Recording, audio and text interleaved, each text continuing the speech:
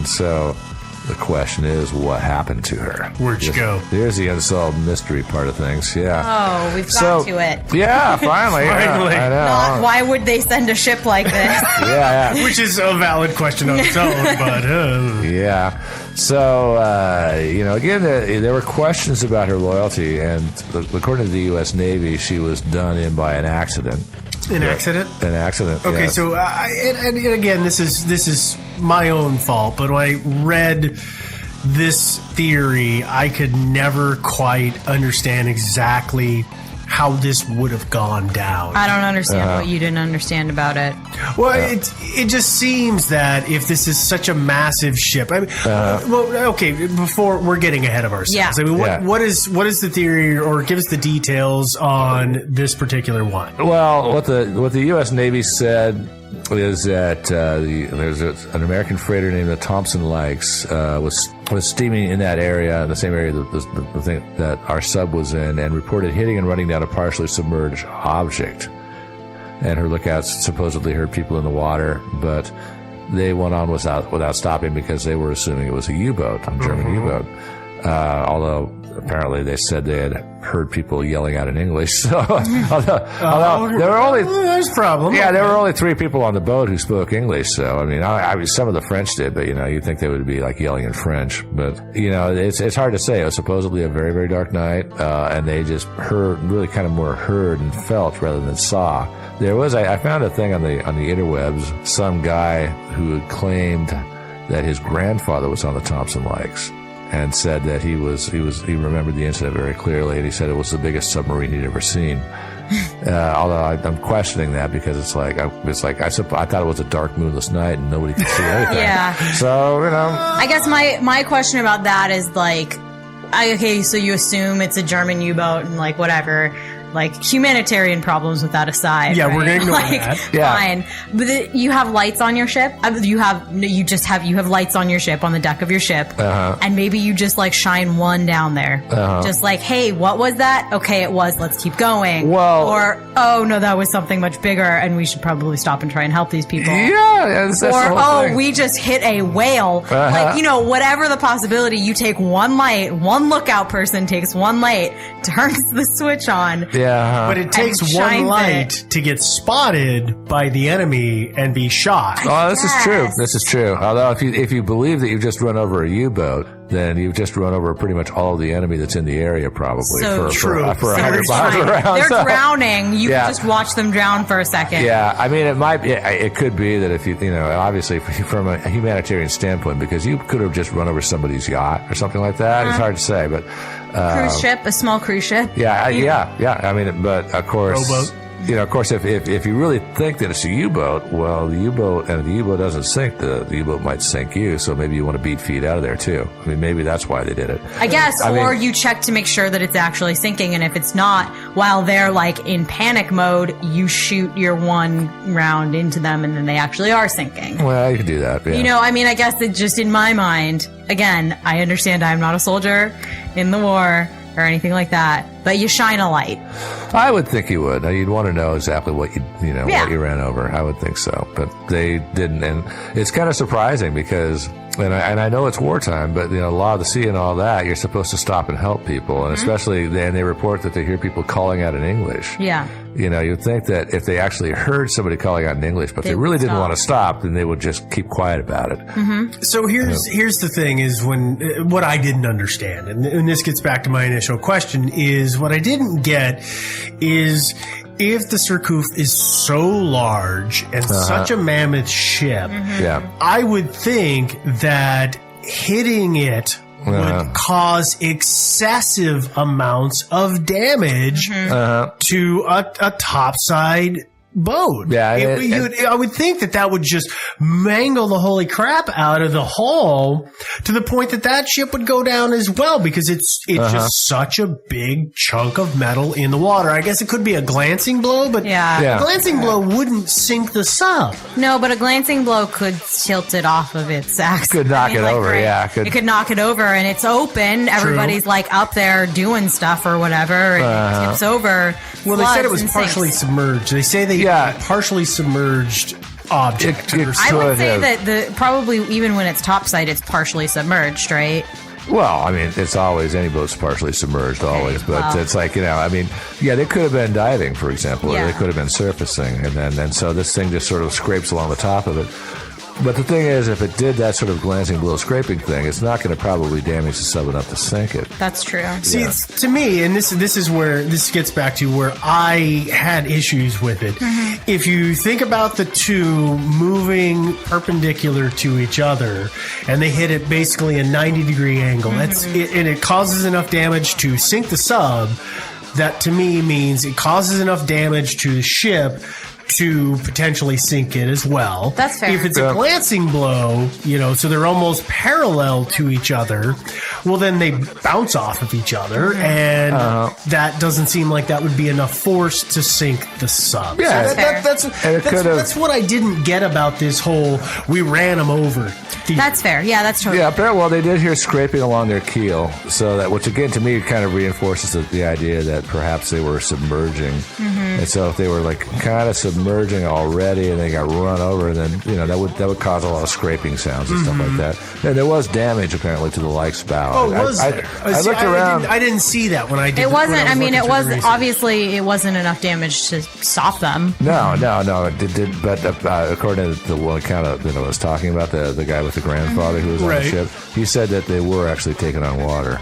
Oh, okay. After the incident. Okay, well then that adds validity to the theory for me, because I didn't ever see that before. I also guess you can take on some water as a ship. Yeah, you've got pumps and stuff like that. You've got pumps, or you section off that you shut a door section and you shut your fire door and everything's fine for the 20 minutes that it takes you. Or even if it's 2 days, it's a sealed compartment. Yeah. You're going to lisp badly, but okay. So it wasn't. Right. They were taking on water, but it wasn't catastrophic. Okay, so I that solves that for me, and I can run with that a little more now. Thank you for clearing that up. Yeah, I never followed. You're welcome. That. It was very weird. Thank you. Deb. You're welcome. Yeah. So what would I do? I don't know.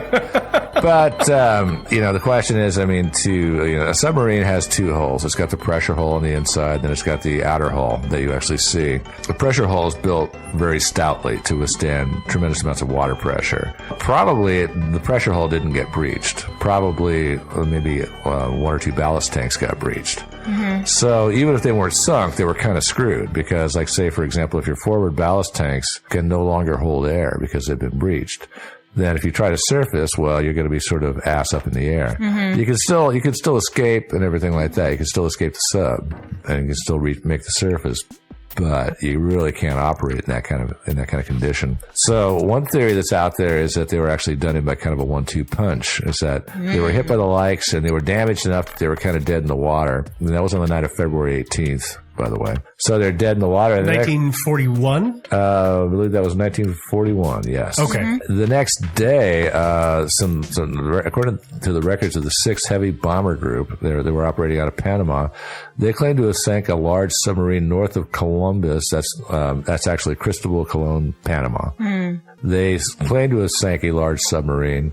2 A-17s and 1 B-18 aircraft dropped bombs on this vessel. And so it was quite possibly the Surcouf.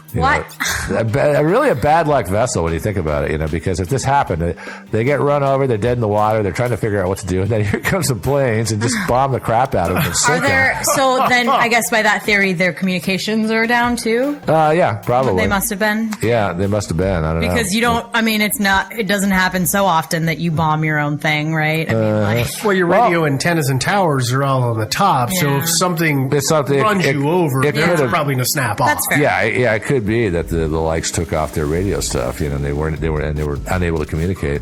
The thing that I find inexplicable about this is that they found this submarine, they sank it, but generally speaking, in the Navy, they have like these cards that they give you that have like silhouettes of various craft, various ships and submarines. What to look for, what to hit, what not to hit. Exactly. They have all these, they have these things that you can look at that'll tell you, hey, okay, this is a U-boat. Hey, this is one of ours. And the Surcouf One of a kind. Kind of one of a kind, but there should have been some sort of a reference to it. Certainly, if they looked at their reference cards and said, "Well, U-boat," there's nothing like it. Maybe the Surcouf being a one of a kind, maybe they just never got around to putting it on the identification cards. I can totally see it not being put in the. If it's one of a kind, why am I going to spend all this time adding it to all these manuals for these guys? And these guys going, well, the Germans have been doing all this other crazy stuff. This must be one of their new subs that we've been hearing about. I can just see, a bunch of 18-year-old guys in an airplane going, I don't know what it is. Oh, well, I'll bet you I know what it is, and just going crazy and dropping a ton of bombs on it. Yeah, it's just saying, I don't know. I don't see it as, it doesn't look like a friendly one, so let's go ahead and kill it. Well, I've never seen anything like that. Have you? Nope. Okay, great. That's what happened. And, and then you hail it, right? Or what? I don't know what. That was the Great. Yeah. Right. Doesn't look like ours. Yeah. Is not responding to our radio. Well, let's go ahead and bomb the crap out of it. Yeah. Yeah. There are other theories too. Well, wait, I guess the next question of that is the place where the ship reported hitting something close to where the bombers reported bombing something. Yeah, it is. And so they're close enough that it could conceivably be the same thing. Mm-hmm, yeah. Okay. Yeah. All right. So they were vicinity. Yeah, they were close. I did find one guy on the web who claimed that the Surcouf could not have been in that place because if it was only running on one engine, it couldn't have actually gotten that far from Bermuda. But I actually did a calculation and I figured out it probably could have. That's fair. Yeah, probably could have. Yeah, math doesn't lie. Math don't lie. Unfortunately. Well, yeah. Sometimes. Yeah, so no. That's for another day. Yeah. yeah. It's like, where they were sunk, supposedly, is about 2,800 kilometers from Bermuda. They had 6 days to get there. Okay, but we've never found it, right? We've never found the wreckage? Well, according to, it's to be believed, they know pretty precisely where it's at. They know the latitude and the longitude of where the wreck is at. It's in almost 10,000 feet of water. Oh. And so that probably explains why nobody's ever actually gone down to find it. I guess that's a problem. Yeah, it kind of is. It would be actually interesting I wish somebody would go down, we need to write to Robert Ballard and say, dude. Didn't Jacques Cousteau say, back in the 70s, he was saying he was going to go look for it and try and find it? There was some rumor about that, but I don't believe he ever did. Well, no, he never did, but I came across accounts that said that Cousteau was saying he was going to go look for the Surcouf, and he made all this public hoo-ha about it, and then the stories kind of followed that he got hushed up and basically told, no, don't look for that. It would be in your better interest just not to look for that sub. Well, so we need to call up James Cameron. Yeah. Yeah. Robert Ballard is the guy who took him down to the Titanic. That's the guy we need to call up. Yeah, but we should just call James Cameron. We should call him because actually he might think that we're so awesome he wants to put us in a movie. No. I know. Anyway, let's move forward, please. Yeah. So anyway, there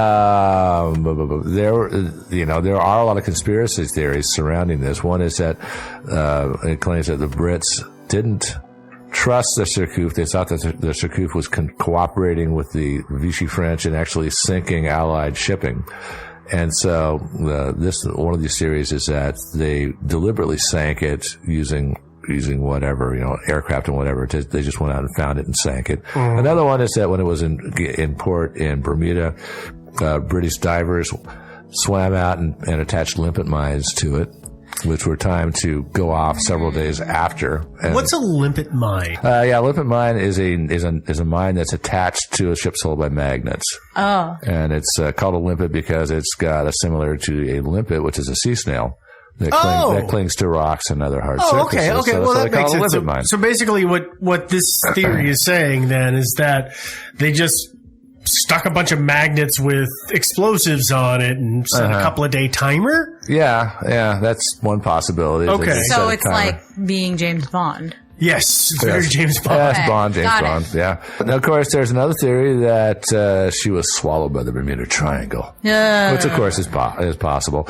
It's a lot more plausible to believe that, leaving aside limpet mines, that she just suffered some sort of catastrophic failure, because the submarine has a lot of hull openings, that where you have water that water coming in and out of the submarine. Yeah, you're venting and pulling in the sea constantly. And it's entirely possible that if connection fails, and it's believable with this boat. This boat was more than 10 years old, and it had been, by this time, 1941. It had been well over a year before she'd had any spare parts available. It was possible that sea fitting just failed and started letting large amounts of water in. Another claim, another story is that she was caught in Long Island Sound refueling a German U-boat. This one. I was going to say that Wow. if you're going to refuel a German U-boat on the sly, it seems to me like doing it in Long Island Sound is kind of a bad idea. Yeah. Yeah. Yeah. And what is the story or the anecdotal evidence behind this? In other words, I know this theory comes from some stories of something being sunk in the Long Island Sound, but I never could figure out how somebody tied it to being the Surcouf. The Surcouf. Yeah, I don't know either. I mean, there might very well be a U-boat wreck in the Sound. I mean, U-boats were all over the place. I guess my big question about that is like she's running on one engine. I know. She's got like no extra room in her entire body, right? Why is she refueling other things? Well, that is a good point. It's really. She did. This boat actually did carry quite a lot of fuel for a submarine, which she obviously needed for herself. Yeah, probably. And so there's another story is that she was loaded up with French gold. Yeah.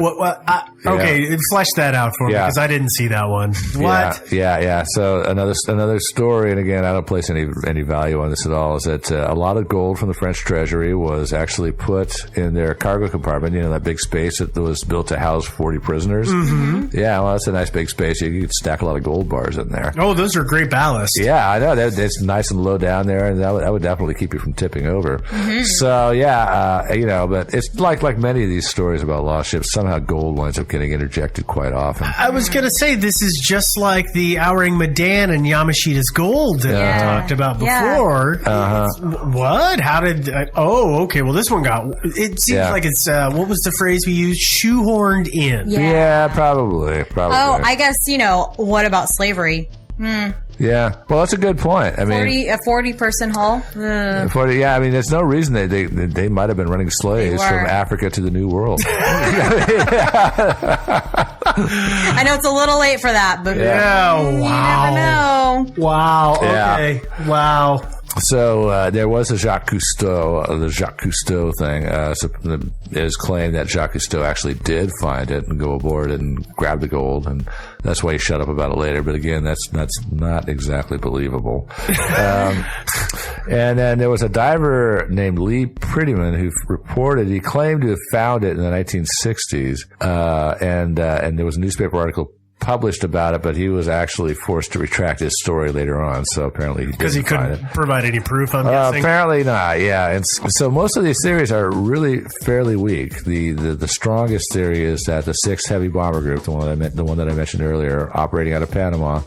Their records do show them sinking a large submarine on the morning of February 19th. But they never classified the kind of sub that they sank. They said it was a big sub. They said it was a big sub, and so it seems to me that quite possibly they were just done in by the old 1-2 punch. They get hit by a freighter, and then the next morning they're trying to figure out what to do and limping towards shore, and then here come these airplanes, and boom. Poor guys. I feel bad for them. I mean, really, it's like dying in a sub would not be a nice fun. Way to go. No, I mean, there's worse ways. Either you drown or you suffocate or you starve. I mean, like there are no good possibilities for dying in a sub. So it's like, it would be really it's a terrible way to go, regardless of what happens. Yeah. Or you manage to somehow get to the lifeboat, get overboard, get to the lifeboat, and then later on you're eaten by sharks, or you drift until you starve to death. There's all kinds of bad possibilities here. You're picked up by a U-boat, and I mean, anything could happen here. So anyway, sad story, and it is quite possible that they were done in by British treachery. The Brits, maybe for whatever reason, did decide to put a mine in their hull, but there's really no evidence for it. Yeah. So which one? So you think it was? So you personally, Joe, lean towards more of the 1-2 punch approach? Yeah, or possibly even just the one punch approach. I mean, there's no real proof that the Thomas Lykes actually hit the Surcouf. There could have been other things that they hit.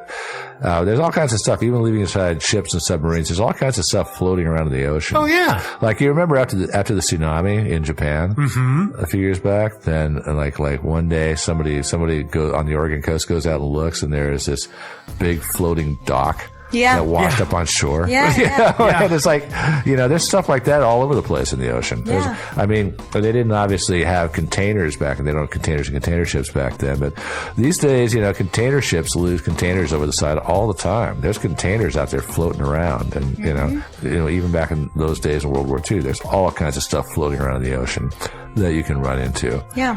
So it may have been the 1-2 punch, or it may have just been that the Thomas Lykes hit something else entirely, and then these guys showed up on February 19th in the early morning and sank the Surcouf. Personally, based on the history of this vessel, I have a feeling that to me, it's more of the mechanical issues. Yeah. She had some kind of failure because all this reading about, we couldn't get parts for her and all this stuff. It just seems to me that she basically sprang a leak and went down because things just stopped working. Yeah. Seems the simplest, again, it's Occam's razor, but it's the simplest answer and to me more plausible. Submarines, again, they operate in a very hostile environment, and they are very complex machines. There's a lot of points of failure, and they can easily be done in by just a mechanical failure.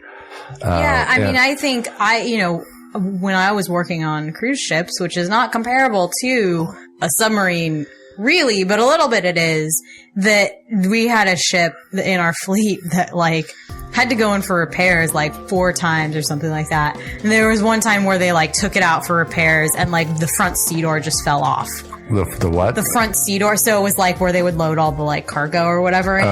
So it was usually above water, and then they would drop it down into the water, and it just fell off. Plonk. It was underwater, just fell off one day. It happens all the time. Somebody doesn't solder something on quite right. You're bad out. Welds, loose bolts. It's been 20, 30 years since they even had parts that were actually made for them. They've been just cobbling repairs together. It was 10 years. 10 years? Mm-hmm.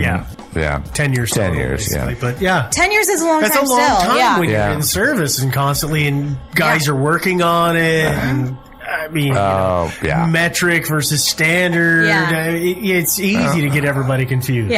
Yeah. So I guess I agree with Steve. Yeah. I think some kind of mechanical failure or a bombing. I don't think, It could have been a bombing. It could have been... I'm pretty sure it wasn't aliens, but maybe. You don't think so?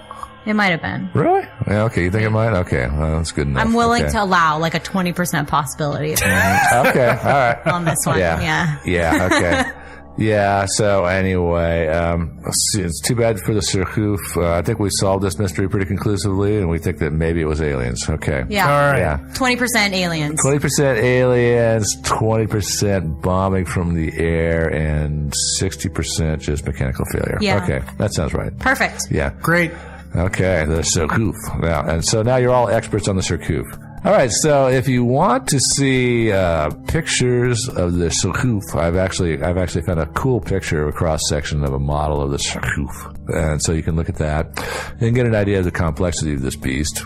And also, if you want to see links to other sites, they will be on our website, which is thinkingsidewayspodcast.com. And if you were actually on the Surcouf and you somehow miraculously survived, or if you were on the Thomas Lykes and you want to weigh in a little bit here and tell us what happened that fateful night, which is thinkingsidewayspodcast@gmail.com. Also, don't forget to check us out on Facebook and iTunes and Stitcher. And if you're downloading an episode through iTunes, please stop, give us a rating, give us a review if you possibly can. We really appreciate it. Let's wrap this up. Another mystery solved here on Thinking Sideways. That's it. Goodbye. Talk to you guys soon. It was aliens, I'm pretty sure. 90% sure. Yeah, you're probably right. Yeah. I'll go with that.